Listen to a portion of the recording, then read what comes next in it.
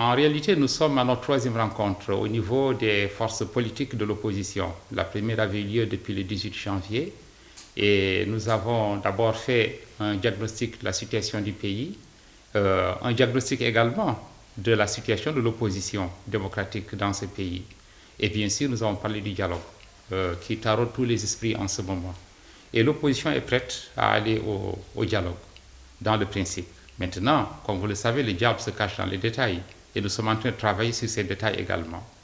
Et nous sommes en train de travailler sur une plateforme de l'opposition qui comprend bien sûr les thématiques majeures qui peuvent être abordées au niveau du dialogue, mais également le format du dialogue, le calendrier du dialogue et les suites ou les résultats du dialogue, comment ils seront également pris en charge. Donc tout ceci demande bien sûr de larges concertations au sein de l'opposition, c'est ce que nous faisons. Et nous croyons fermement que l'opposition va s'entendre et s'unir autour d'une plateforme commune. Et dans la perspective de ce dialogue, la CEVE a préparé une contribution au dialogue qui comprend deux grandes parties.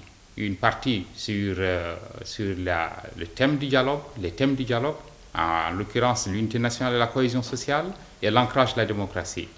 Sur l'unité nationale et la cohésion sociale, nous sommes convaincus que toutes les parties considèrent que c'est la priorité.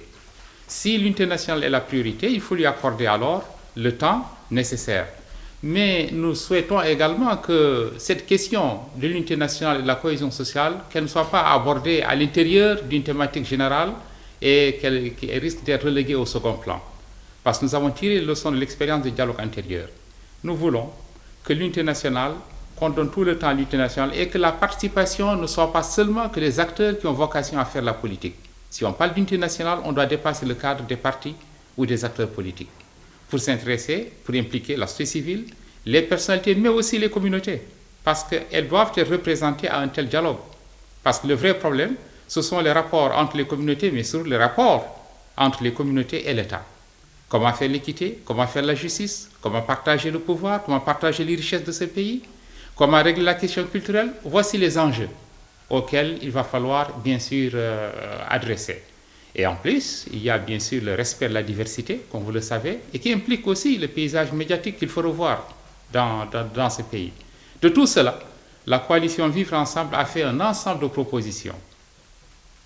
Et nous pensons que ça va servir également à alimenter les débats à l'occasion du dialogue national qui sera instauré dans notre pays.